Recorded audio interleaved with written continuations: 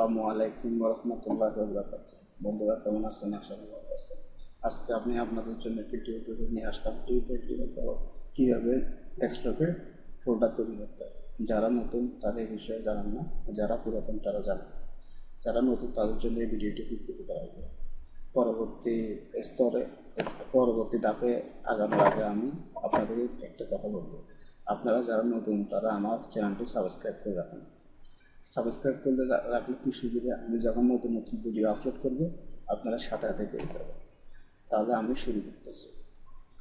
প্রথমে আপনি ডেস্কটপে গিয়ে মাউসের ডাইন বাটনে ক্লিক করুন। সেখান থেকে একটি লিস্ট আসবে, সেটাতে নিউ, তার ফোল্ডারে ক্লিক করুন। তারপরে ফোল্ডারে যে নাম সেভ করতে চান তা লিখুন। যেমন আমি একটি নাম দিতেছি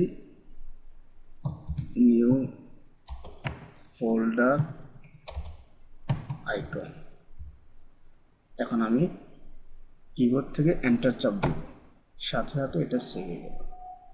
ইচ্ছা করলে আপনি এই ফোল্ডারের ভিতরে কিছু রাখতে পারেন। এইভাবে আমরা নতুন একটি ফোল্ডার তৈরি করতে পারি। তাহলে বন্ধুরা আজকে এই পর্যন্ত। আসসালামু আলাইকুম ওয়া রাহমাতুল্লাহ।